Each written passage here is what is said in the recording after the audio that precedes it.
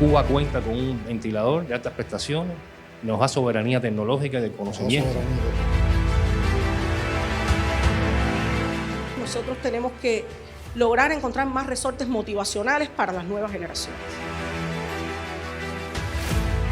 El EverPro yo lo comparo incluso con el salto de Sotomayor. Todavía no ha sido rebasado. Bueno, vemos el ejemplo de nuestros científicos que van a pie, que son de a pie, que el salario no le alcanza y siguen fajados. Hay que ponerle 4 medallas en el pecho y hay que darle un abrazo y agradecerle por el compromiso que tiene con nosotros. Aunque nos han tratado de estrangular y de impedir, nosotros tenemos un desarrollo científico impresionante y yo diría muy superior para la pequeña isla que somos.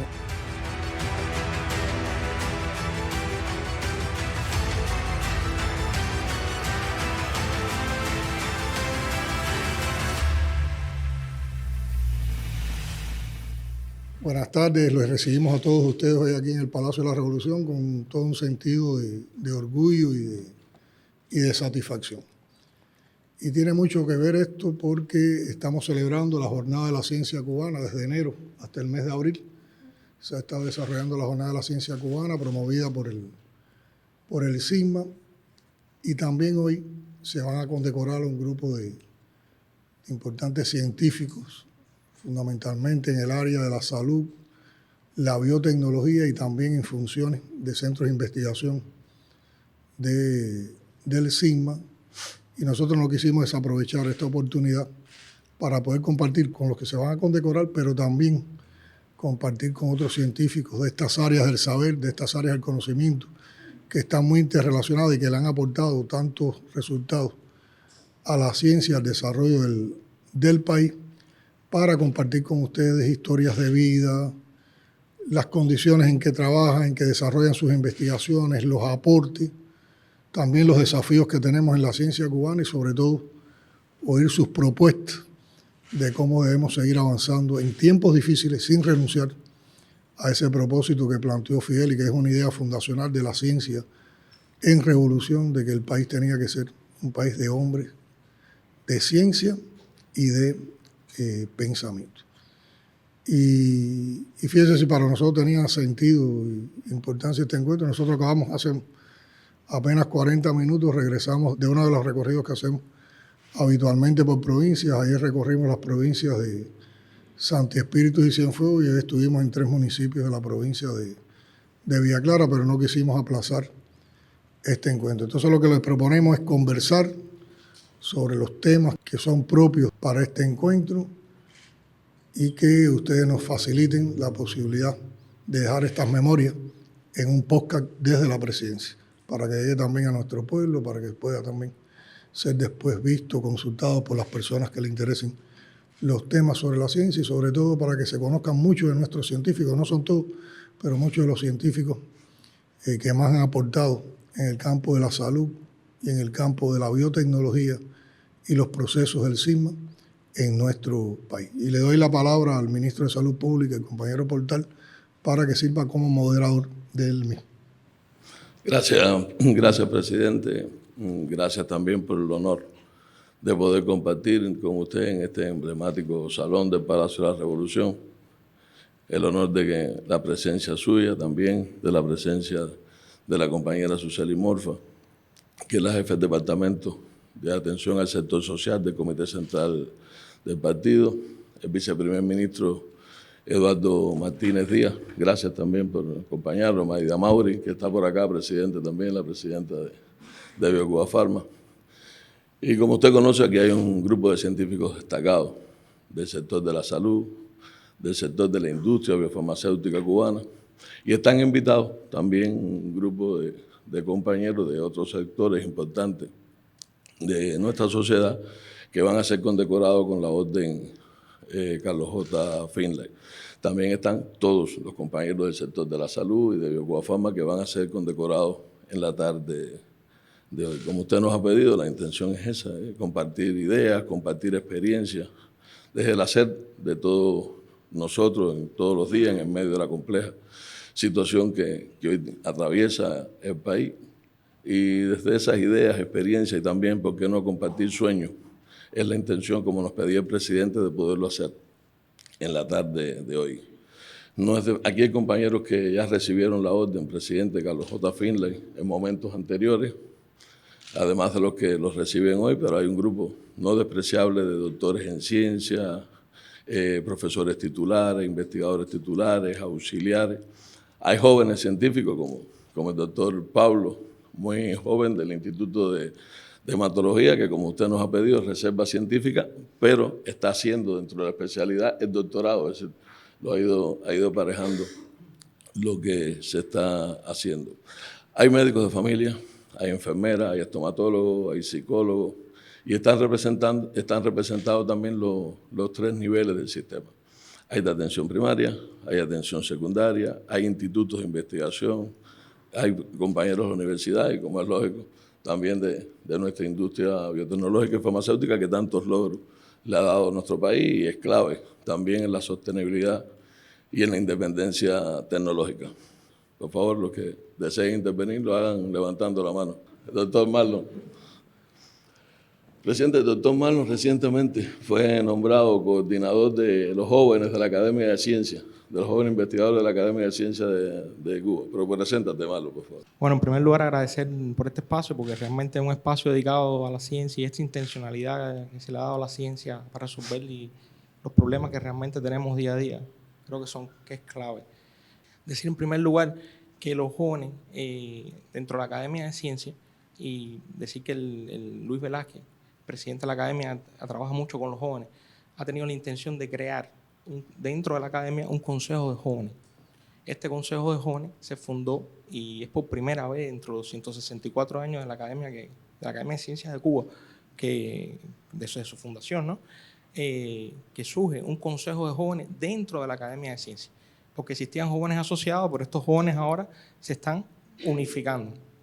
Entonces, bueno, es una tarea trascendental porque ahora mismo son 64 jóvenes los que son asociados a la Academia de Ciencias. Entonces, ahí se creó, en primer lugar, un grupo coordinador, de los cuales, bueno, tengo el honor de formar parte de regir este grupo coordinador. ¿Con qué tarea? Con las mismas tareas que necesita el país, los ejes estratégicos, pero desde la visión, desde la Academia de Ciencias. Entonces, por ejemplo, aquí hay ingenieros, hay físicos nucleares, entonces una diversidad de conocimiento increíble. Cuando uno lo ve, en mi caso como neurocirujano, interactúo con las diferentes ciencias y tenerlo a la mano es increíble, porque es un problema que para uno es muy complejo. Por ejemplo, cuando yo voy a operar un caso y digo, un análisis vectorial que me costó mucho trabajo para entender cómo crecía el tumor, cuando se lo presentaba a los matemáticos me decían, no, eso es sencillo, eso es tal fórmula. Entonces esa relación interdisciplinaria la estamos haciendo, ¿sí? Estamos iniciando ese trabajo. Yo creo que eso va a ser trascendental naciendo desde la academia y bueno. ¿Y qué estás trabajando en estos momentos? Bueno, yo soy neurocirujano. Nosotros trabajamos la neurocirugía endoscópica 360 grados. Es decir, nosotros tratamos de hacer una neurocirugía por pequeños puertos, pero entonces siempre hemos tenido la dificultad de al poco espacio y poca visualización, también hay poca maniobrabilidad, es decir, para poder operar. Entonces, hicimos un trabajo que se llama análisis físico y matemático en la cirugía, tratando de que todos estos conflictos a la hora de hacer una cirugía coincidan para que entonces podamos ver la lesión y poder entonces también maniobrar con la lesión. Y estos son utilizando conceptos matemáticos, físicos, etc. Y ahorra mucho para el país. Por ejemplo, nosotros cuando operábamos los tumores, que quitábamos el tumor, ¿no? Por ejemplo, había que reparar la base del cráneo, por ejemplo. Y lo que se utiliza en el mundo, los materiales son altamente costosos. Entonces estamos utilizando la fibrina, que es la misma sangre del paciente. Sencillamente lo que se hace es centrifugar la sangre a una velocidad determinada, se saca un material y con eso se repara y los resultados han sido espectaculares. Y es muy económico porque es la misma sangre del paciente con determinadas precisiones. Y el hospital de nosotros, al tener todas las especialidades, y podemos trabajar así en conjunto. Y así, es decir, tenemos un trabajo, estamos abogando por la interdisciplinaridad y por trabajar todo el mundo juntos para lograr objetivos mejores y mejores resultados. Muchas gracias. A ver. Buenas tardes y muchas gracias por la oportunidad. transmitirle la experiencia nuestra, ¿no? Como Conbiomed dentro del grupo Vivacuba Pharma de la introducción del ventilador pulmonar de alta eficiencia, el Conbioven, que empezó justamente en el año 2020 cuando nos bloquearon el suministro de partes, piezas e inclusive de ventiladores, y que usted le dio seguimiento, ¿no? Durante toda la etapa de la COVID. Podemos decir que ya se introdujeron 16 unidades en el sistema de salud cubano. Ya hay 16 16 fabricados. unidades con más de 900 pacientes ventilados de distintas condiciones en 4 hospitales de La Habana. O sea, está el Hospital Miguel Enrique, está el Hospital Calixto García, el Hospital Clínico Quirúrgico de la Dependiente y el Instituto de Hematología, con diferentes cantidades en cada uno de estos centros, pero bueno, se hizo un despliegue en La Habana y el reto es extenderlo para todo el país. O sea, el año 2025 debe ser un año de producción de más unidades e irlos extendiendo por todo el país. Esto es fruto de todas las capacidades creadas por nuestro comandante en el tema de la tecnología médica y, por supuesto, con el empeño y la dedicación de jóvenes, de no tan jóvenes, ingenieros, tecnólogos, médicos, porque inclusive estuvimos asesores médicos directos en este desarrollo. Sometimos el prototipo, lo sometimos a un grupo expertos, intensivistas, especialistas Entonces, lo toda esa evaluaron con todo rigor. Toda esa experiencia fue espectacular y hecho también el acompañamiento del CENMED, que fue también fundamental, acortando tiempo y revisando cada una de las etapas, ¿no? y de las actividades que fuimos desarrollando para obtener el ventilador. Podemos decir eso, que Cuba cuenta con un ventilador de altas prestaciones, nos da soberanía tecnológica y de conocimiento, y por supuesto para desarrollar otros proyectos a partir de este desarrollo. Gracias. Gracias. Doctor Fran Daniel. Bueno, muchas gracias por permitirnos estar aquí con ustedes y compartir con la máxima dirección del país y con el pueblo cubano la experiencia de los intensivistas cubanos, que es lo que quisiera transmitirle, ¿no? Una de las experiencias más difíciles que tiene un médico es lidiar con la muerte. Y por eso siempre me gusta reconocer el trabajo de los médicos y de los enfermeros que están atendiendo este tipo de pacientes. Y se hacen muchas cosas en el país que a veces no tienen la visibilidad apropiada. Por ejemplo, este diseño del ventilador salió en parte de la cooperación de intensivistas de Calixto García, intensivistas del Instituto de Neurología y Neurocirugía, de intensivistas del Hospital Miguel Enrique, de intensivistas, de la doctora Iliubani, que en estos momentos está cumpliendo otra función, pero que también nos apoyó desde el punto de vista técnico a esta tarea. En varias terapias del país se realizan numerosos ensayos clínicos. Por lo tanto, hay una sincronía, una fusión entre el componente biotecnológico del país y la asistencia médica. El proyecto Juvinsa tiene, por ejemplo, más de 40 unidades de terapia intensiva. De las 74 unidades de terapia intensiva de adultos, más de 40 forman parte del proyecto Juvinsa en las diferentes investigaciones que se realizan. Con el Nimotuzumab también se han hecho ensayos clínicos en terapias del país. Hay un proyecto que lleva muchos años en el país, que es el proyecto DINUSI, que es un proyecto que pesquisa y evalúa las infecciones asociadas a los cuidados de salud dentro de las unidades de terapia intensiva y que es y vale la pena porque la sepsis es una de las principales causas de muerte en el mundo entero dentro de los pacientes críticos. Hay un dato importante que creo que también vale la pena destacar, porque el mundo fue una cosa antes y una cosa después de la COVID. Y antes de la COVID, la supervivencia de los pacientes dentro de las terapias de hoy en Cuba, del año pasado, del 2024, es muy similar a la supervivencia que había antes de la COVID. ¿Y eso qué quiere decir? Que nuestros profesionales de la salud, nuestros intensivistas, nuestros enfermeros, están aplicando la mejor evidencia científica a pesar de las vicisitudes que tenemos, pero están aplicando la ciencia para poder salvar a nuestros pacientes. O sea, los resultados son los mismos. Lo que también significa que de las carencias se aprende mucho y siempre que sigamos la línea científica, siempre los resultados van a ser mejores. Por ejemplo, en Pinar del Río, en el Hospital León Cuervo Rubio, se está introduciendo una UCI ecológica, que es un tema muy novedoso y que pone a esta unidad de terapia intensiva con un alto estándar en este sentido. Han habido muchas innovaciones también. Por ejemplo, en Guantánamo, durante la COVID, un médico hizo un dispositivo de aspiración endotraqueal que incluso se lo he presentado en los distintos escenarios científicos apropiados para esto y que incluso ha adquirido premios, cándulas nasales de alto flujo diseñadas de forma artificial y que cumplen la misma función. En el Hospital Hermano Mejeira se diseñó uno por el doctor Alberto. O sea, la ciencia se ha logrado imbricar con la asistencia para obtener los resultados de esto que estamos hablando de mantener la supervivencia. Concretamente, estas son las experiencias que habíamos querido transmitir. Muchas gracias. Gracias, Fran. Gracias, doctor Fran. Damar. Sí, buenas tardes.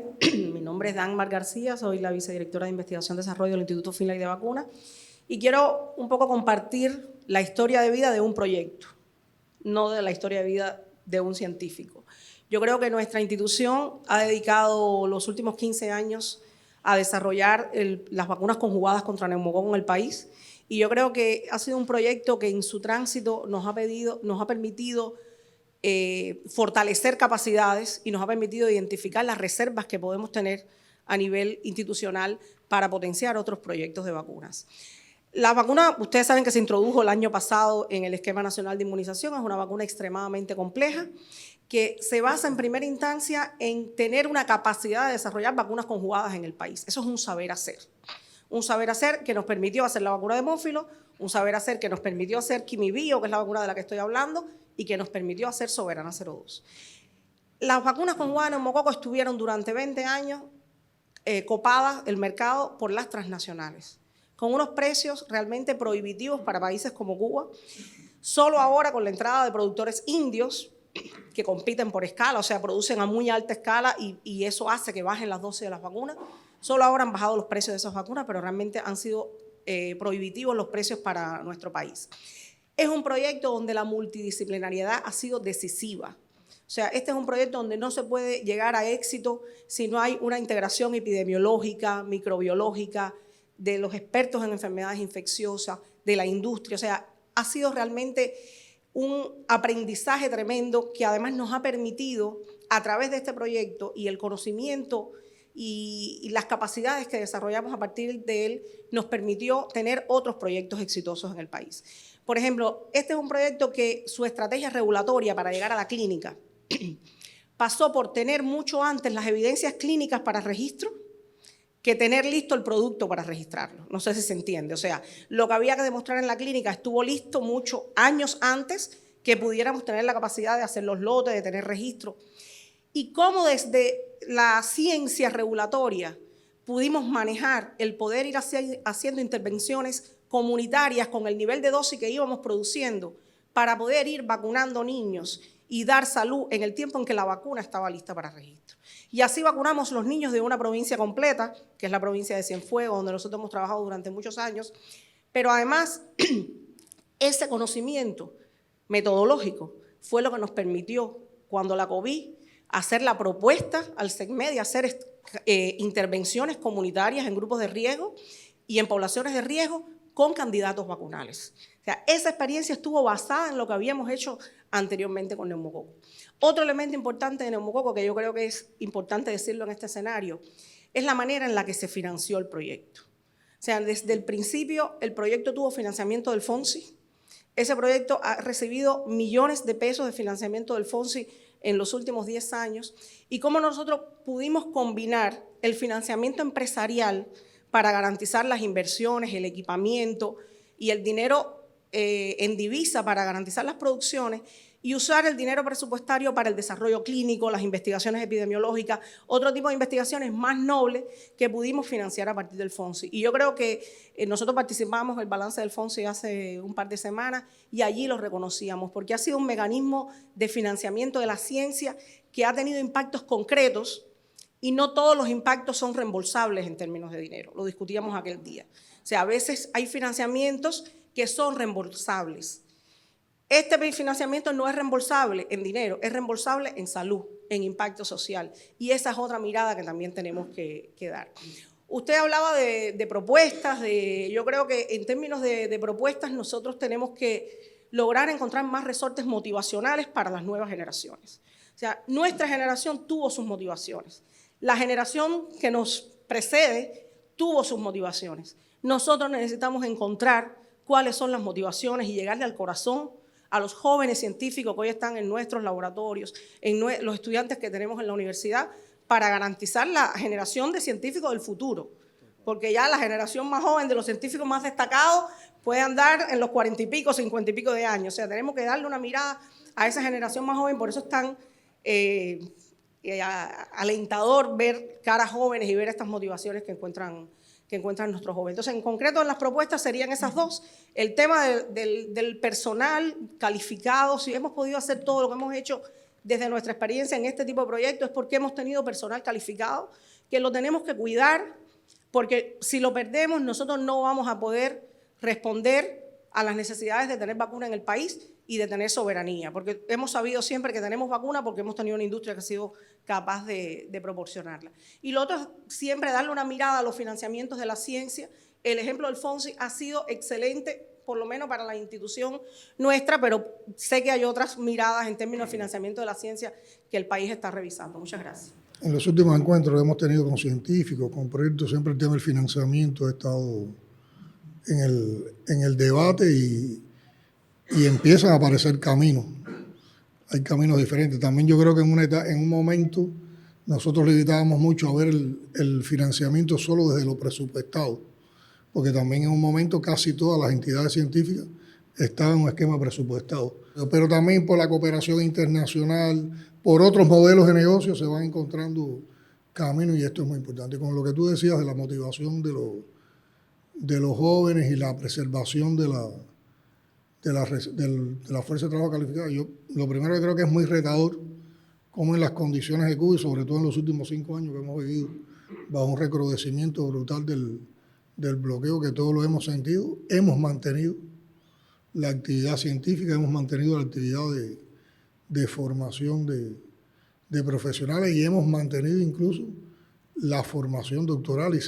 Incluso en la COVID no se detuvo la formación doctoral y se encontraron fórmulas para seguir formando doctores. Ahora le hemos dado la tarea a un grupo de personas que en algún momento estuvieron muy vinculadas con esos programas que dirigió el comandante en jefe, de ver todas las experiencias que hubo, las mejores experiencias que tuvimos en Cuba con relación a las reservas científicas, al tratamiento de las reservas científicas. Y para con eso proponer una política de trabajo desde el gobierno. Presidente, Dagmar hablaba de cuánto se puede hacer aún en la compleja situación que tiene el país desde la industria farmacéutica, en conjunto con las instituciones, la experiencia de buscar soluciones y seguir incorporando tecnología al sistema de salud. Yo le propongo, y me disculpan porque aunque no me ha levantado la mano, pero también desde la asistencia cuánto se puede hacer, que tal vez el doctor Balmaceda hable un poco cuánto se ha ido incorporando también en la asistencia médica, todo el talento, la organización, la interacción con otras entidades que no son solo del sistema de salud para la búsqueda de soluciones y seguir buscando calidad de vida y también soluciones a la salud de nuestro pueblo. Buenas tardes. Primero agradecerle el honor de estar participando al presidente, al ministro, al vicepresidente, a la jefa del Departamento de Atención. En realidad yo vengo, como dice mi ícono, Dagmar, en representación de un proyecto, en representación de un hospital que está resurgiendo, porque esto ha sido una forma de encadenamiento.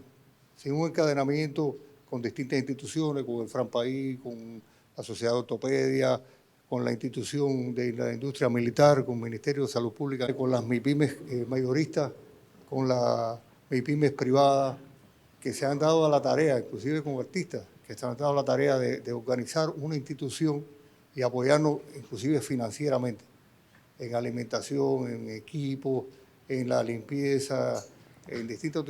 O sea, hemos ido progresando como institución. Este proyecto ha surgido, como dice, que tenemos que crecernos ante las necesidades y la época de crisis es la época de surgir nuevos proyectos.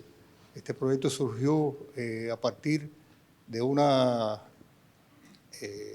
conferencia o un encuentro entre el ministro de Salud Pública y el ministro de la Fuerza Armada, que ante la necesidad que tenía el país, porque no teníamos prótesis de cadera, se determinó en ese momento hacer una prótesis cubana, un diseño de prótesis cubana, que para algunos era imposible, inclusive era muy difícil. La primera prótesis de Río Bravo para abajo, no existe otra fábrica de prótesis, a no ser algunas fábricas que son maquinadoras, que producen, son capaces de hacer una cosa o replicarla, pero no pueden, o sea, las grandes consorcios son Norteamérica, Alemania, Francia, Inglaterra, y nos dimos la tarea y en 8 meses la institución, el proyecto, la Fuerza Armada, la industria militar, la Universidad de Ciencias Médicas de La Habana, la Universidad de La Habana, con 3 facultades, fueron apoyados, el CITMA, el BioCuba Pharma, que apoyó todas las formas de cómo se construyen las salas blancas para poder hacer una producción en línea como lo tenemos en este momento.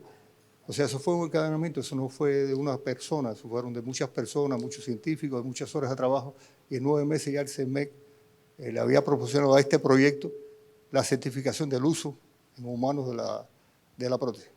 Ya pasamos esta etapa, ya tenemos 412 pacientes implantados con muy buenos resultados. Es una casuística de 6 fallecidos que se operan pacientes de 90 años, de 100 años, de 96 años. O sea, las muertes no han tenido ninguna relación con el implante de las prótesis. Son pacientes que las enfermedades aledañas le pueden dar la muerte en este caso. Y en este proyecto de la prótesis, que ya tenemos lograda la prótesis parcial, ya tenemos el diseño y el primer prototipo, la primera producción de una prótesis total de cadera, que con la ayuda de la Universidad de La Habana hemos logrado que se logre ya el revestimiento del vástago femoral con hidroxiapatita. O sea que esto es un salto de calidad de primer mundo. No es lo mismo tener una prótesis cementada que tener una prótesis revestida con hidroxiapatita, que lo hizo la Facultad de Biomateriales de la Universidad de La Habana. Yo creo que esto es un logro importante en cuanto a la obtención de las prótesis, porque, como le decía, de Río Bravo para abajo no existe ninguna fábrica. Esta sería la primera fábrica que está en la industria militar de Camagüey, que es la TECAL, que está produciendo ya las prótesis. Estamos ya en el diseño de la prótesis rodilla. En cuanto nos entre el material, ya vamos a tener la prótesis rodilla, que es mucho más fácil porque es fundida.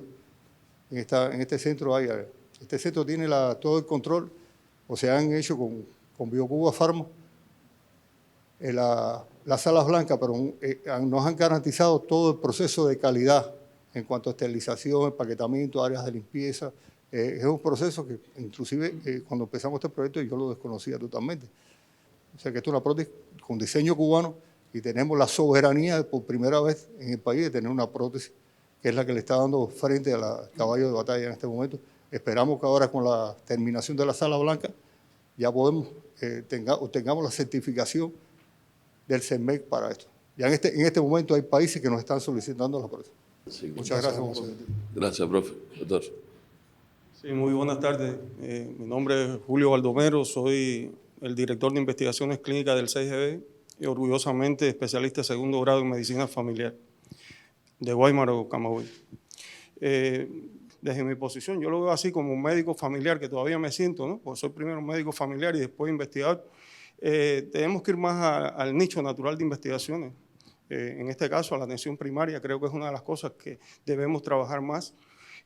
Hoy cuando se ve los elementos que las autoridades regulatorias establecidas, como FDA, la Unión Europea, establecen, no solo ya evalúan que haya eficacia y seguridad en los productos, sino que también hayan otros componentes, que es la farmacoeconomía, que hay que también evaluarla de forma desde los desarrollos primarios, es decir, de las etapas primarias de la investigación. Hay que ver la calidad de vida de los pacientes. Acabamos de terminar un estudio en atención primaria con el uso del Everpro, donde no solo medimos la calidad de vida del paciente atendido en 20 policlínicos, sino también la sobrecarga del cuidador primario que lo atiende. En un país envejecido como Cuba, esto es un tema que tiene una mirada, a mi modo de ver, y viendo los resultados que hemos logrado, que es muy importante no solo para esta enfermedad, sino las enfermedades crónicas no transmisibles a las cuales vayamos a intervenir. Yo creo que es un elemento muy importante. Y que realmente para estas negociaciones las autoridades regulatorias y las contrapartes también lo ven muy bien que se tomen estas miradas. Otros son los elementos desde la ciencia social, es decir, la mirada de los aspectos demográficos. Es muy importante porque en Cuba no, pero hay muchos países también donde hay un abismo en diferencia de género. En muchos países también las mujeres son las más comprometidas para todas las enfermedades, incluso para el acceso a los medicamentos. Este es un tema importante que yo creo que es vital. Yo quería reforzar lo que decía el doctor Frank. En el caso de Jujvinsa, que es uno de los productos puntería, estamos desarrollando y creo que ha sido vital también el acompañamiento indisoluble que tenemos, porque en Cuba una de las fortalezas es que nos complementamos, no competimos. Y un elemento vital ha sido el Comité de Innovación, es un centro aglutinador y creo que con miradas diferentes para que avancen los proyectos. Yo creo que ha sido acertado desde ante la COVID. El caso de Jujvinsa en particular, llevamos varios estudios, como explicaba el doctor. No solamente me quería referir, son datos muy preliminares, pero que nos viene reafirmando que vamos en el camino correcto. Y lo que vimos en la COVID ocurre. Él hablaba de la terapia intensiva. Tenemos recientemente, en este minuto, 2 estudios, uno para distrés respiratorio que acaba de concluir su fase 2, ya se incluyeron los 60 pacientes previstos para esta etapa y se están procesando los datos estadísticos. Por ética me reservo cómo va dando, pero va dando muy bien. En el caso de neumonía grave adquirida en la comunidad, es un tema muy importante, a mi consideración muy particular, y después de haber revisado los temas, este debe ser uno de los nichos naturales para este producto. Como él explicaba, no es un problema de Cuba ni de los países del tercer mundo. En Estados Unidos ocupa la 6ª causa de muerte y cada año 4 millones de norteamericanos sufren neumonía adquirida en la comunidad, del cual el 30% se complica y de los que se complican el 45% fallece. En Cuba en este minuto nosotros, datos muy preliminares, en este estudio de neumonía grave adquirida en la comunidad, nosotros nos rebasamos entre los fallecidos un 15%. Quiere decir que esto le da una tranquilidad al médico que está ejerciendo, que como él dice, lo más común es que se enfrente a la muerte, le damos una oportunidad de vida al paciente que tenemos y también una calidad de vida a la familia que está esperando un resultado. Son resultados esperanzadores. Estamos convencidos que va a ser un medicamento que se va a posicionar al alcance de todos los cubanos y sobre todo vamos a demostrar que todavía la ciencia cubana sigue siendo un baluarte, una columna vertebral, no solo para Cuba, sino con un alto estándar regulatorio como lo demostró el Everpro. Es un ejemplo el Everpro, pero estoy seguro que no va a ser el único que vamos a rebasar esa barrera. El Everpro yo lo comparo incluso con el salto de Sotomayor, todavía no ha sido rebasado. Pero nosotros podemos aspirar a lograr esta barrera con otros productos que realmente, tanto del 6GB como de la biotecnología, estamos apostando para nuestro pueblo. Gracias, doctor Julio. Uno de los centros, presidentes, que trabaja muy vinculado a la industria biofarmacéutica cubana en el desarrollo de productos es el Instituto de Oncología. Le doy la palabra al doctor Luisito. Muchas gracias, presidente. Primeramente agradecerle la oportunidad y el privilegio de tener este encuentro tan cercano, sencillo y humilde con usted, y que pueda, en medio de todas el plan de trabajo visible y el no visible, poder compartir con nosotros. Mi nombre es Luis Martín Rodríguez, soy médico del Instituto de Oncología. Los tumores malignos, el cáncer, es la segunda causa de muerte en Cuba, después de la enfermedad del corazón. Pero, y bueno, en tercer lugar, las cerebrovasculares. Pero es la principal causa de años perdidos, potencialmente perdidos, en un % muy alto. En una población envejecida como la nuestra, la fuerza laboral es bastante escasa, con un incremento en las enfermedades oncológicas. En Cuba se diagnostican alrededor de 32.000 casos anuales y se mueren alrededor de 25.000, 27.000 casos anuales. Un caso nuevo cada 20 minutos en Cuba como promedio. Nosotros, mi intervención no va a estar destinada a la carencia y las cosas que usted perfectamente sabe y con el cual nos conta. Va a expresarle la estrategia que nosotros tenemos para nosotros enfrentar, detener y recuperarnos, porque fortaleza sí hay. Existe un talento que es nuestra principal divisa, que es el recurso humano. Recurso humano, el cual, si es real, hemos perdido valiosos profesionales, Pero nosotros hemos trazado 5 pilares de estrategia, conjuntamente con nuestro Ministerio de Salud Pública, que siempre ha estado constantemente con el ojo visor, la protección, el avisoramiento de saber que las enfermedades oncológicas son un problema de salud en el país y es muy sensible. 5 pilares. El primero, cómo detener la mortalidad por cáncer. Eso va por muchos factores de la prevención, que es una cosa muy importante, y a nosotros creo que es lo más importante, todo lo demás. ¿Cómo detener? ¿Cómo tratar el cáncer? Va por otra vía también de los tratamientos, perfeccionar el tratamiento, toda la vinculación con la industria, demás y demás. Lo tercero es la formación del recurso humano.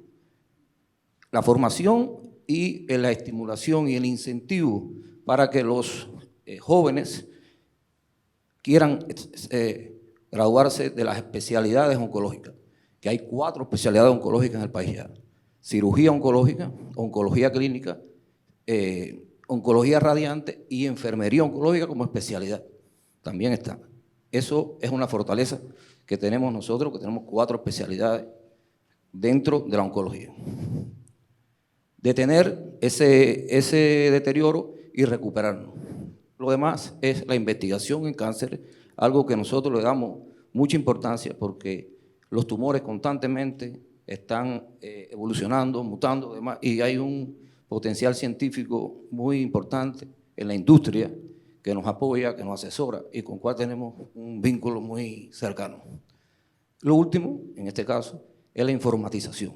Nosotros queremos que somos de los que más podemos beneficiarnos de la informatización y sobre todo de la inteligencia artificial. Hoy en día ya tenemos algunos pasos en cuanto a la gestión hospitalaria con la ayuda de la inteligencia artificial, aparte de toda la parte de la telemedicina, la telepatología. Lo más importante es la motivación que tienen nuestros trabajadores. A veces la mayor queja no es el salario, que es algo que verdaderamente se reclama, pero a veces se reclama más con qué trabajar, los insumos, que verdaderamente el salario. La frustración del profesional a veces importa más por lo que no tiene para trabajar que verdaderamente el salario que devenga. Decirle que en nada estamos tristes ni nada estamos desanimados, al contrario. Ayer en horas de la noche el primer ministro Eduardo nos convocó a un grupo de compañeros a discutir el programa de cáncer, el cual salimos muy esperanzados. Puede ser que piense que estoy loco, pero no, salimos esperanzados. Hay estrategia de mejorar una serie de equipamientos gastables, reactivos y medicamentos, que todos sabemos que son bien costosos. Tenemos hoy en día 20 ensayos clínicos en curso, 5 de ellos internacionales, los cuales también pueden contribuir. Y una estrategia interna, aparte de todas las indicadas por nuestro Ministerio de Salud Pública, lo cual, vuelvo a repito, nos ha mantenido muy al tanto de las situaciones, avisorándonos y demás sobre la falta y las bajas coberturas. Nos sentimos verdaderamente entusiasmados con que las cosas van a mejorar y que podamos salir de esta situación y volver a los estándares que tuvimos en unos años pre-COVID. Gracias. Profe. Mi nombre es Teresita Rodríguez Ovalla. Soy del Centro de Inmunología Molecular, doctora en medicina, pero también doctora en ciencia, y que llevo ya más de 53 años dedicada a la ciencia y 42 a la docencia médica. Yo voy a hablarle de un proyecto que pienso que es muy importante decir, porque es un ejemplo de lo que el comandante Fidel quería que nosotros tuviéramos en el polo científico. Es un proyecto que ha integrado muchos centros del polo, no solamente del polo, sino también otros centros como el Ministerio de Salud Pública, los médicos que están en los ensayos clínicos, los compañeros del CENTI, es decir, de distintas instituciones y tecnologías diferentes que precisamente ha logrado tener llevar los resultados con los cuales voy a compartir esta tarde. Lo más importante de esto es precisamente que la visión siempre que nosotros hemos tenido es el beneficio del pueblo, el beneficio en nuestro caso de la salud. Y nosotros uno de los problemas que hemos enfrentado precisamente es cómo ha ido envejeciendo nuestro pueblo. Es decir, hay un alto por ciento de personas en nuestro país, que alrededor de 250.000 personas que padecen de demencia. Y eso es algo que se va a ir incrementando con el tiempo, no solamente en nuestro país, sino en el mundo. En el mundo, 55 millones de personas padecen demencia. Y de esas demencias, un alto por ciento es precisamente la enfermedad de Alzheimer. Este producto del que voy a hablar del cual soy investigadora de hace un poquito para acá. No fui la que inicié este proyecto, pero que ya llevo ya unos cuantos años en él. Empieza a tener sus primeros resultados médicos, porque bueno, se ha tenido muchos resultados preclínicos, pero cuando nosotros comenzamos con los primeros ensayos que se empezaron a realizar en ataxia, en el 2013, y posteriormente en el 2017, y en el medio de la misma pandemia, estuvimos en el ensayo clínico primero fase 2-3 en la enfermedad de Alzheimer, en donde los resultados que se obtuvieron fueron solo muy promisorios, porque más del 53% de los pacientes tuvieron beneficio. No solamente beneficio en el sentido de que disminuyó el tiempo de progresión, sino que también los pacientes se mejoraron, es decir, tuvieron efecto de mejoría, cosa que en el mundo todavía no se ha logrado. Porque los medicamentos que se han registrado en el mundo en estos momentos son los norteamericanos, son los monoclonales. Los clonales lo único que hacen es retrasar el tiempo de progresión, pero nada todavía han demostrado que haya una eficacia con mejoras del paciente. En el caso nuestro, se obtuvo en 174 pacientes, se obtuvieron estos resultados. Pacientes que se siguieron y hasta el momento, hasta la fecha, se han tenido resultados muy promisorios, porque esos pacientes siguieron manteniendo su tratamiento y en estos momentos aquellos que mejoraron han mantenido su mejoría. Es decir, que el producto ya después de prácticamente 4 años sigue teniendo un efecto muy beneficioso, no solamente para el paciente, sino también para el cuidador. Acuérdense que esta enfermedad es una enfermedad en donde el cuidador está muy involucrado y donde incluso desde el punto de vista económico a veces se pierde el trabajador por culpa de que tiene a su familiar. Posterior a este ensayo clínico, nosotros nos dedicamos a hacer una intervención un poco mayor. Es decir, cuando digo un poquitico mayor, es que estamos teniendo alrededor de 616 pacientes en todas las provincias de la isla, donde se está haciendo un ensayo semejante al que se hizo anteriormente, pero aquí en este caso un fase 3, en donde lo que estamos viendo, tratando de confirmar los resultados anteriores y además también de seguir demostrando que este medicamento, que es otro de lo que tiene precisamente competitivo en el mundo, es que los efectos adversos son menores.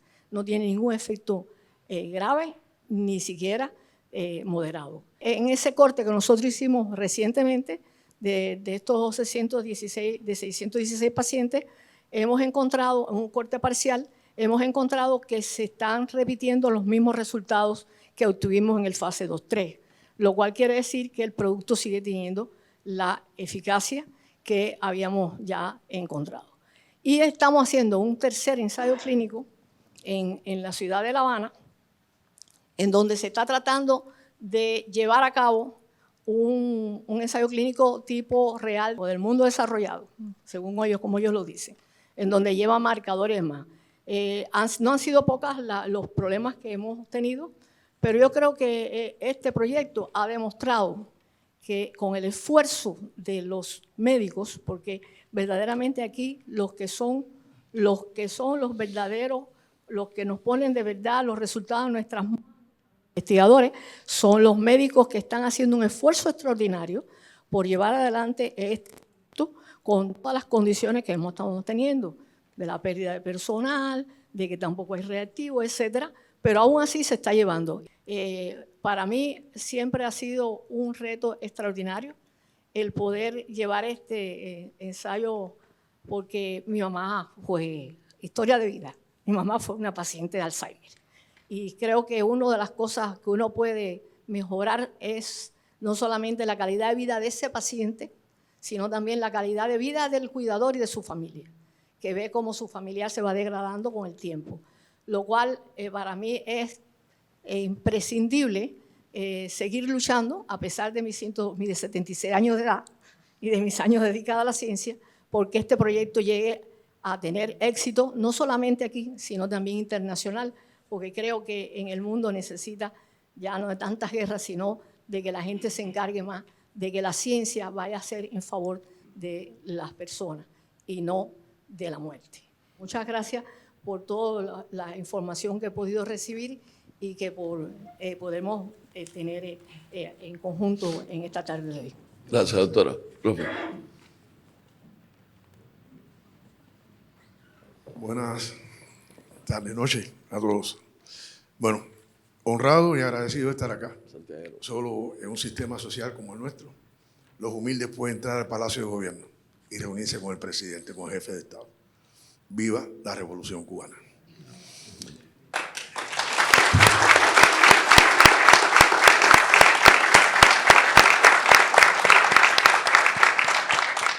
Alberto Cubillas Mena, profesor titular de la Universidad de Ciencias Médicas de Santiago de Cuba, presidente de la Sociedad Cubana de Psicología de la Salud. Hemos hablado de muchas cosas y hay que felicitar a todos los compañeros que están haciendo un esfuerzo. Estamos fajados, presidente. Fajados contra el demonio de las 7 cabezas, porque el país vive una situación extremadamente crítica y hablar de ciencia ante situaciones tan complejas habla de sueños que no están vencidos. Se hablaba de la frustración ahorita por el profe. Y es verdad que la gente se frustra. Pero hay mecanismos resilientes también. Y hay niveles de tolerancia a la frustración. Cuando vemos el ejemplo de nuestros científicos que van a pie, que son de a pie, que el salario no le alcanza, y siguen fajados,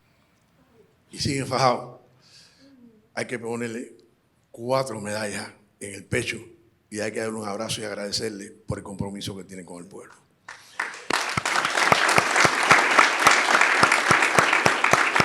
Y yo voy a hablar desde la perspectiva porque aprendí con Milton Erickson de que el médico, el psicólogo, que hace un diagnóstico de una enfermedad o de un síntoma alejado de las condiciones sociales donde se origina, está perdido. No puede establecer una adecuada terapéutica.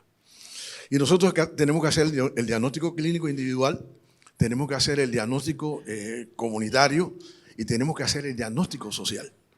Y afloran síntomas en nuestra sociedad que nos hablan de una salud social, la drogadicción, la violencia, que son problemas de salud también y que tenemos que enfrentarlos. ¿Y cómo lo enfrentamos? A través de la integración de todos los sectores y factores y los profesionales de la salud, donde la psicología de la salud juega un papel importantísimo. Porque ¿de qué depende que yo me enganche con la droga? De mi toma de decisiones, de mi sistema de valores. Y hay que fortalecer los sistemas de valores. Y a veces hablamos, yo soy un poco complicadito en el sentido de que no me callo. A veces veo que incluso en la formación académica, nosotros vemos que hay cosas que son repetitivas, que son estereotipos. Y yo soy músico también, fíjese, yo soy músico y soy vicepresidente de la UNIAC en Santiago de Cuba, en la provincia de Santiago de Cuba. Y cuando Abel fue a Santiago y se reunió con nosotros para hablar del programa Sembrar Ideas, Sembrar Conciencia, nosotros le dijimos que para sembrar conciencia hay que fortalecer el trabajo político e ideológico, pero ese trabajo político e ideológico no el bla, bla, bla, el de profundidad, el que lleva ciencia, el que lleva un diagnóstico de los factores psicológicos, el que lleva un diagnóstico de los factores. El enemigo nos está tirando a pensamiento y Martí decía que teníamos que ganar la guerra a pensamiento también y tenemos que mejorar nuestro pensamiento. Tenemos que establecer un diálogo. Los jóvenes necesitan el diálogo con las generaciones más viejas, con estas generaciones que están acá, que están fajá, como le dijo usted. Ese diálogo es importante para que vean modelos paradigmáticos, para que vean modelos que se pueden replicar. Que se pueden replicar y que no han perdido la esperanza bajo ningún concepto en situaciones tan difíciles. Pero además, yo creo que los psicólogos pueden aportar mucho en el problema. El cáncer está validado que uno de los factores que más la determina su aparición es el estrés. Y alguien hablaba acá de los estudios sobre inflamación. El estrés produce inflamación celular. Hay estudios norteamericanos y de otros lugares, y cubanos, que también demuestran ese proceso. Entonces, me parece que una de las ideas que le estamos proponiendo, se lo hemos hecho a Reynor, a nuestro ministro, es que se restaure la carrera de Psicología de Salud en las universidades médicas, pero con un diseño que responda a las necesidades del sistema de salud. No con un plan que el Comité de Control del MES dice, no, por aquí no, porque no temen perder el paquete de control. Y aquí no se trata de perder el paquete de control, sino de formar profesionales que respondan a las necesidades del pueblo y a la salud del pueblo. Tenemos que ganar la pelea. ¿Y por qué los médicos que son líderes de opinión, los científicos que son líderes de opinión, que son líderes sociales, no vamos a las cuadras a hablarle a la gente, a convencer a la gente, a decirle que hay que salvar a los hijos y hay que evitar que anden en la calle pernoctando, niños trabajando, que nuestro código no permite que los niños vendiendo un pan a las 11 de la noche, a las 12 de la noche el pan, coge el pan, el que llena, la bola. Mire, hay que salvar la salud del pueblo, que es la única manera de salvar la salud de la patria.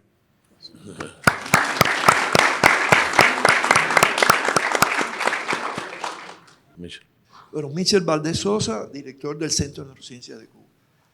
Yo quisiera mencionar brevemente algunos resultados importantes que se lograron el año pasado. Ya tenemos instalado escáner de láser para obtener los moldes de los canales auditivos para fabricar con tecnología de impresión 3D en ya 10 provincias del país. Y ahora en el primer trimestre empezamos a instalar lo que falta. Va a ser el primer país del mundo que tiene cubierto el país completo, o sea, y sobre todo los países, digamos que como le llaman el sur global. ¿En provincia en qué instituciones tienen eso? Eso va al centro auditivo, Sí. el centro auditivo, para darle servicio a la población. Y eso es un caso de aplicación masiva de la tecnología esta de la industria 4.0. En segundo lugar, ya el Infantix se ha introducido en un buen número de provincias. Ahí incluso acciones conjuntas con el Ministerio de Salud Pública para obtener financiamiento de tecnología por donaciones para poder fabricarlo. Y es el primer equipo de su tipo que además de explorar el niño recién nacido, la audición, explora la visión. Y eso ya es un producto que hemos introducido en instituciones mexicanas y estamos preparando para un ensayo mayor con la idea de poder exportarlo. Tercer resultado importante es el STEP. El STEP es un producto que es un trabajo que hicimos de conjunto con el Instituto de Neurología, que es para el tratamiento de la epilepsia que no responde a los medicamentos, por la estimulación no invasiva del nervio vago. Hay una estimulación del nervio vago que cuesta $16,000 cada dispositivo. A muchos cirujanos en el sur les encanta porque después la operación en el mundo entero la cobran, y esto es algo no invasivo. Y ese resultado fue muy positivo. Y ahora nos preparamos con el Departamento de Psiquiatría del Hospital Hermanos Mejía para probarlo en la depresión y hacer una ampliación progresiva de su utilidad. También estamos preparando un ensayo en México. Y ahora hemos empezado un trabajo, que eso comenzó, pero en el primer semestre de resultados, que es tratar de ayudar a los compañeros del sistema de salud. Estamos trabajando con el Pando Ferrer, con el Instituto de Neurología, el rescate de los equipos para la evaluación oftalmológica. Y pensamos tener en el primer semestre un equipo cubano para hacer la electrofisiología de la biovisual, que los equipos hasta ahora que habían eran italianos o alemanes. Vamos a tener un producto de ese tipo en el primer semestre. Estamos trabajando intensamente con nuestros colegas del ministerio. Yo quería entonces hacer una reflexión que es algo muy importante. Tenemos que buscar encauzar la colaboración internacional para avanzar en nuestra capacidad de exportación. O sea, los puntos que se han venido defendiendo y se han presentado de los productos de primera y de segunda línea de Biocuba Pharma para exportar, algunas de las cosas que tenemos que hacer en el extranjero. Y se ha creado un equipo de trabajo conjunto con el SIGMA, o sea, la doctora Maida Mauri, el doctor Santiago Dueñas, que es el vicepresidente. Nos hemos reunido con el ministro y con su equipo, y la idea es, de una forma intencionada, lograr rápidamente acuerdos de colaboración bilateral para internacionalizar algunas de las cosas que no podemos hacer aquí. Hay muchas que podemos hacer aquí, pero las que no podemos hacer aquí, hacerlas en el extranjero. Y cuando uno le plantea una colaboración a alguien para resolver problemas que son compartidos, el problema del envejecimiento es compartido de todo el mundo, el problema de la demencia que hablaba Teresita, los problemas de defender el desarrollo de los niños, eso es compartido. Pues vamos a trabajar de forma conjunta y ver cómo compartimos los resultados. Y eso puede ayudar a romper la situación que tenemos, que a veces no podemos terminar el trabajo porque no tenemos algunos recursos. La otra idea que yo quería mencionar era que tenemos ahora una serie de marcos muy favorables.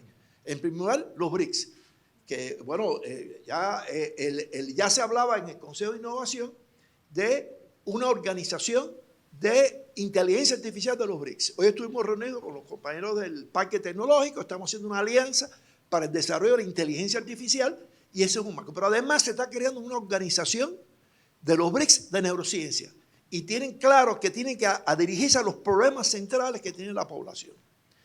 Yo termino con dos pequeñas... y entonces hay un marco interesantísimo que es la ruta de la seda. O sea, los Estados Unidos están histéricos con esto, presionando países, pero porque ya se les escapó el genio de la botella, no saben cómo meterlo en la botella de nuevo. Y si uno mira el mapa de los países donde Cuba tiene colaboración brigadas médicas y uno mira los mapas de ruta de la seda, hay una coincidencia altísima. Yo creo que hay la oportunidad de programas de colaboración que combinen la capacidad del Ministerio de Salud Pública con su personal médico, productos cubanos, productos chinos y la capacidad financiera china. Y eso no es ir a pedir dinero regalado, esto es vamos a exportar juntos. Yo creo que esa idea podría tener, bueno, una importancia, hay que trabajarla. Hemos hablado con algunos países, con ayuda de los compañeros del Ministerio de Salud Pública, y hay mucho interés, porque hay paquetes tecnológicos que podemos de conjunto con los chinos hacer para proteger, por ejemplo, la audición, la experiencia que tenemos, proteger la visión, tratamiento de la epilepsia y para otras cosas. Yo entonces termino con dos consideraciones. Primero, a veces en la población hay dudas de por qué estamos trabajando en tal investigación o tal otra investigación, si hay problemas básicos sin cubrir, que estamos luchando por vencer todos los efectos del bloqueo para poder abordarlo. Incluso tuvimos una pequeña discusión a través de las páginas de Cuba Debate con algunas personas que estaban planteando sus inquietudes. Y el problema es que esto que hacemos nosotros, bueno, primero, el que tiene un enfermo epiléptico que no responde a medicamentos, el que tiene un niño que nació sordo, para él eso es lo más importante. Pero lo que estamos haciendo sí tiene relevancia por la población. Pero Biocuba Pharma es parte de la solución del problema. No es el problema en sí. O sea, los fondos que Biocuba Pharma obtiene por la exportación se emplean y se revierten precisamente en todos los programas de atención a la población. Y entonces eso es lo que permite, por ejemplo, que tengamos estos laboratorios en todas las provincias. Eso se financió a partir de las exportaciones de Biocuba Pharma. Y yo, bueno, quiero terminar con una idea. Yo no hice ningún agradecimiento por participar en la reunión, porque quería hacer una reflexión más general. O sea, el presidente se reúne con los científicos y los dirigentes nuestros, los ministros y todos los dirigentes, no solo en este tipo de reunión, en el Consejo de Innovación, la reunión con la Academia de Ciencias, la reunión de expertos. Eso es una anomalía en el mundo de hoy. Y es más, si uno mira un poco para el norte, que le están virando los jefes de Estado, ¿no? la espalda a la ciencia, es una anomalía. Pero esa anomalía tiene un origen muy claro. Esa es la filosofía de Fidel. Y nosotros tenemos la herencia esa, filosófica y espiritual del comandante en jefe. Y tenemos el deber de continuar trabajando en esa dirección.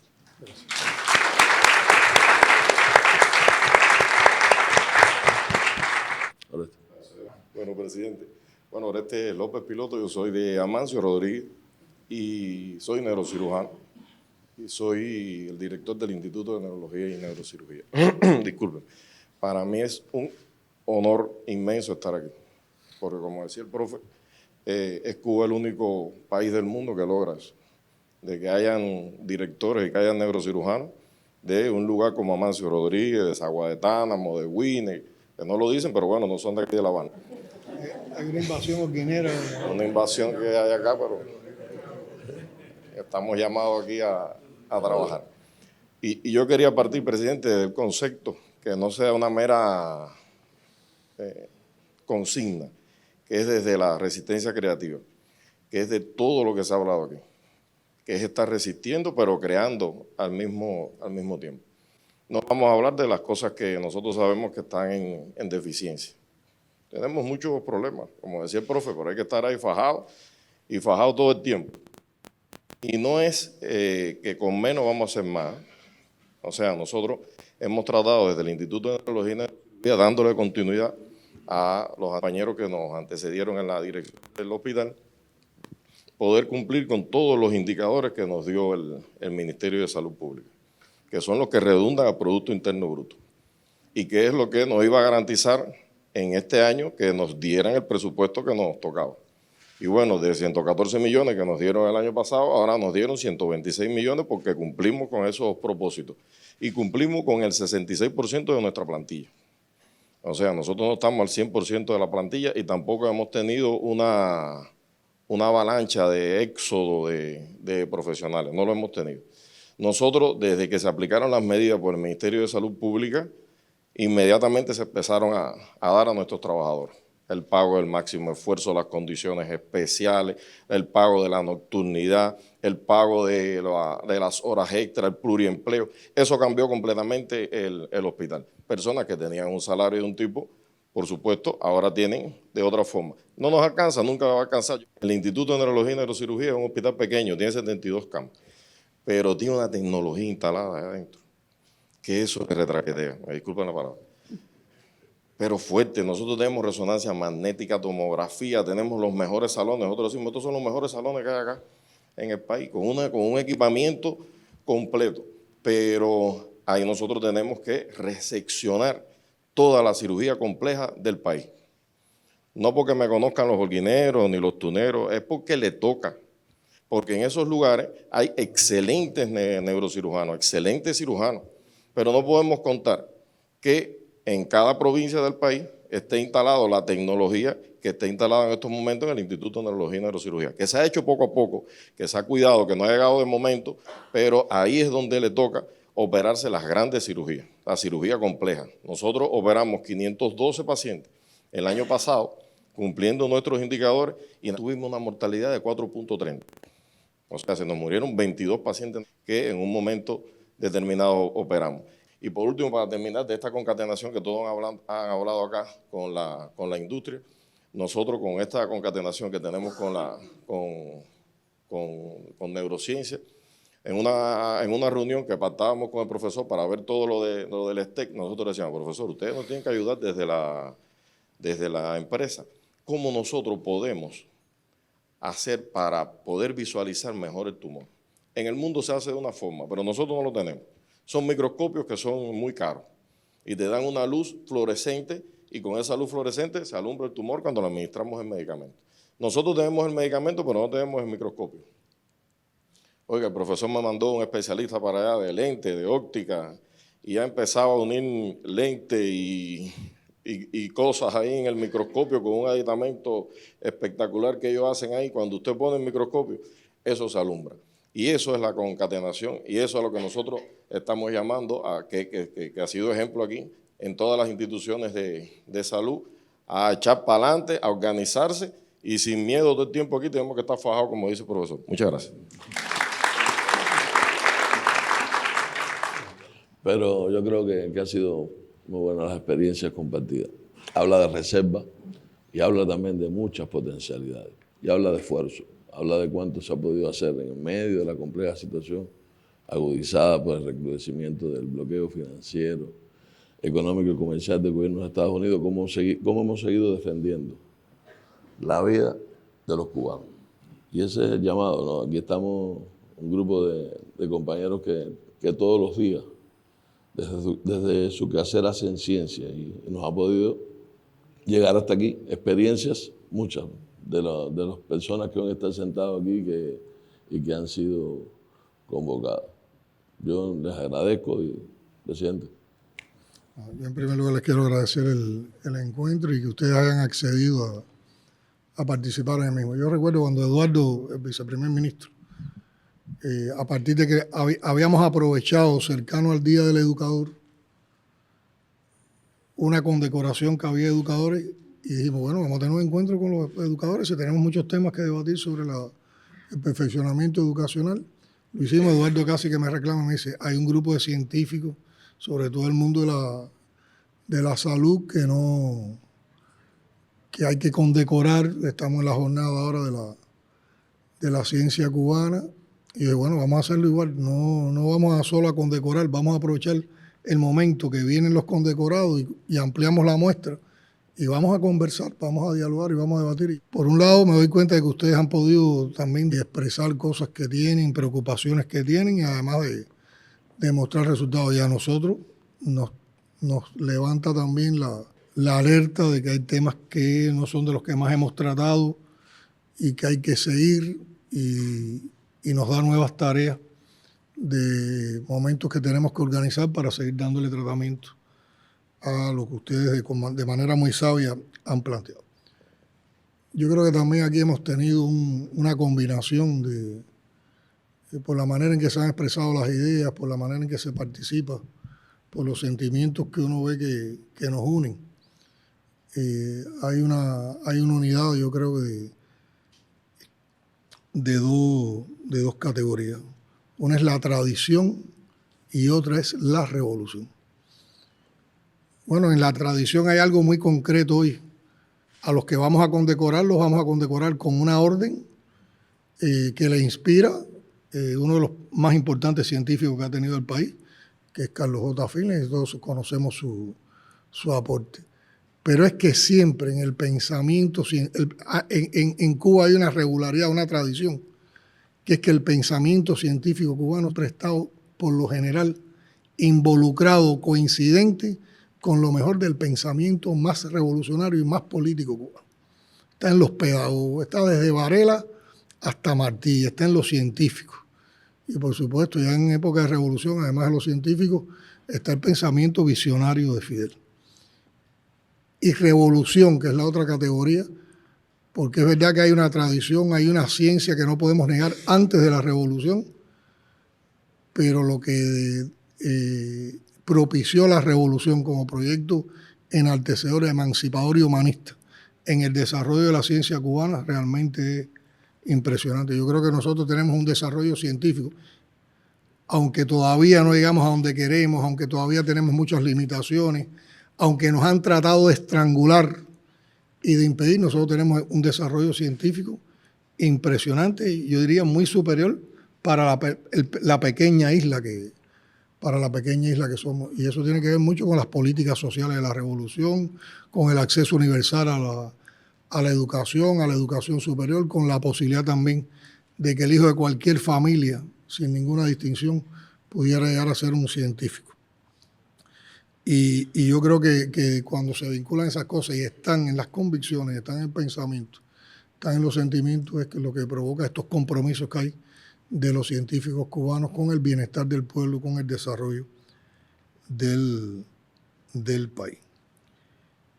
La ciencia en Cuba, yo diría, también tiene un ecosistema impresionante. En nuestro país hay más de 91.000 trabajadores involucrados a las actividades de ciencia, tecnología e innovación. Hay más de 8.000 investigadores certificados.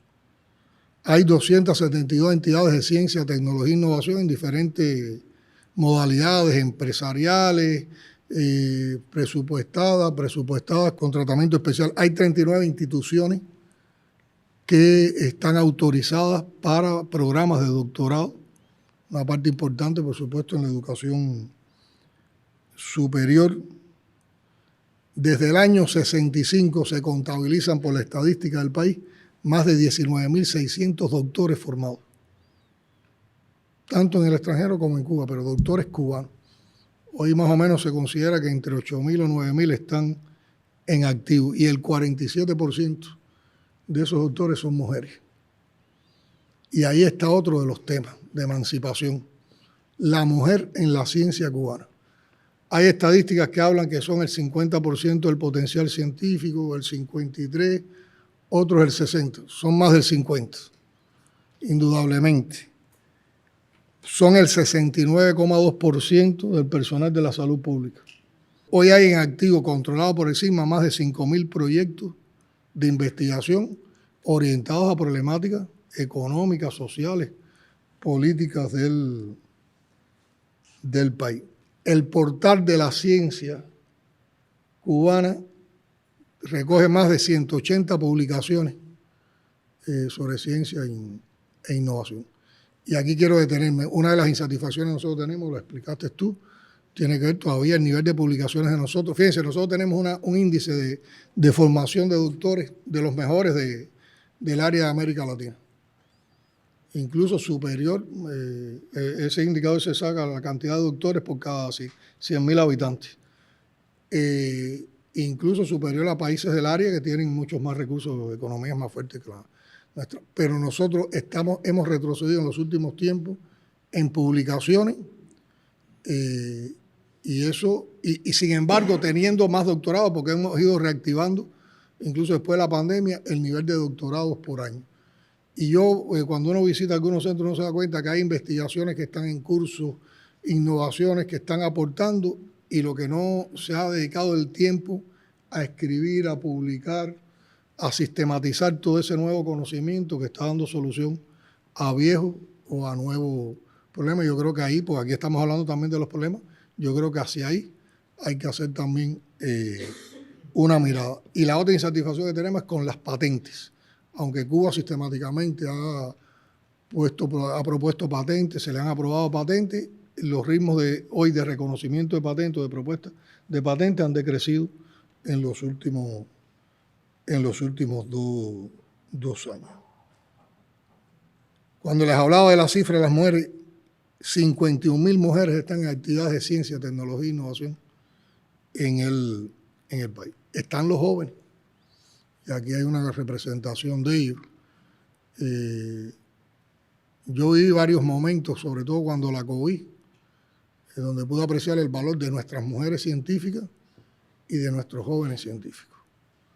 Por ejemplo, en los programas de vacunas que se estuvieron desarrollando, los lideraban por lo general mujeres.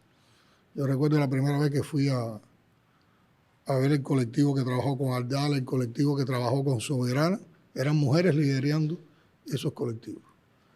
No me puedo olvidar una vez cuando teníamos que lograr las multiplicaciones de Soberana, eran en el signo. Los muchachos que estaban trabajando en los reactores eran jóvenes científicos. Y el escalado no dio bien en un primer momento. Y aquellos muchachos, por el sentido de responsabilidad que tenían, su estado de ánimo era de... Entramos ahí con ellos los reactores. Oye, si ustedes hicieron lo más complicado, pues ya habían logrado el primer escalado, hacía falta ahora las multiplicaciones más grandes. Ustedes van a poder... Y esos muchachos, con tremenda vergüenza que tenían, volvieron a revisarlo todo y lograron esos escalados. Y recuerdo, los muchachos, el equipo que desarrolló los ventiladores pulmonares, eran muchachos muy jóvenes. Y yo creo que el concepto de resistencia creativa, que muchas veces la gente lo cuestiona, pues dice, concho, aquí nada más que llama a resistir. No le pusimos creativa por gusto. Es resistir, pero es avanzar dentro de esa resistencia. Eso fue lo que hicimos en la COVID. Si nosotros no hubiéramos resistido en la COVID, no hubiéramos desarrollado las vacunas, ni todos los protocolos que se hicieron, incluso cuando no había vacuna, con medicamentos que ya existían como Jubins, y todas las experiencias que había en el IPK y en otros centros para el tratamiento de pacientes, que hubiera pasado en este país. Ahora resistimos, pero en esa resistencia creamos. No pasaron de 10 países que crearon sus propias vacunas, que fueron soberanos con sus vacunas. Entonces, ese elemento de resistencia creativa también está en la salud y tiene que ver mucho con el aporte de los científicos. Aquí los que están son científicos y nosotros queremos reconocerle toda esa pasión, toda esa ética, que es otro de los elementos que distingue al científico cubano. El científico cubano está enfocado en cómo busca bienestar, cómo logra el bienestar, la prosperidad, la salud del pueblo. Y es tan dañino el egoísmo que hay en el mundo y el afán de ganancia que hay en el mundo con las medicinas, que por ejemplo, un medicamento como el Everpro, que como alguien dijo aquí, nadie lo ha superado, hoy en el mundo casi no se conoce, sencillamente porque las transnacionales no les conviene que en el mundo haya Everpro. Cuando hay EBPRO no hay amputaciones, y cuando no hay amputaciones hay mucha gente que dejan de ganar o de vender los productos que no logran lo del EBPRO y que te tienen entretenido con la enfermedad, para decirlo de alguna manera. Entonces miren cuánto afecta un producto de esa calidad que pudiera estar salvando millones de casos de amputación.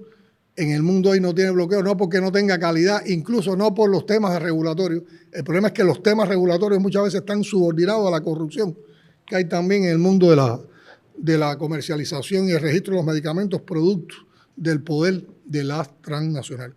Y nuestros científicos no están involucrados en esos conceptos que éticamente son muy negativos. Entonces, a ustedes, por esa visión humanista, por esa consagración, indudablemente todo nuestro reconocimiento. Pero también los queremos reconocer por otra dualidad que tienen ustedes. La mayoría de ustedes, o casi todos, son profesores. Han educado, han enseñado, transmiten valores a sus estudiantes, se convierten en paradigma de sus estudiantes. Ahí están también sembrando una semilla, no solo de personas decentes, de personas revolucionarias, de personas educadas, sino que están sembrando la semilla también del futuro de la ciencia en nuestro país. Entonces son muchas las razones que hay para felicitarlo, y yo creo que hoy entonces lo podemos concretar cuando condecoremos a un grupo de ustedes por la labor que han realizado en estos tiempos. Felicitaciones a todos y les doy un agradecimiento inmenso por la sabiduría que ustedes nos transmiten en este encuentro y sobre todo por la confianza. Y yo soy de los convencidos, y lo estoy viendo en las visitas que hacemos sistemáticamente a todos los territorios, que sí hay salida, incluso aunque nos aprieten más el bloqueo. Lo que nosotros tenemos es tener una capacidad de multiplicar rápido las buenas experiencias para que no sean la excepción y lograr que lo que no funciona bien rápido se transforme, inspirado en esas buenas experiencias, y que eso se convierta en regla. Pero sí hay caminos, y las potencialidades son esas: la creatividad, el talento y la capacidad de resistencia de nuestro pueblo. Bueno, así terminamos este encuentro y los invitamos para pasar a la condecoración.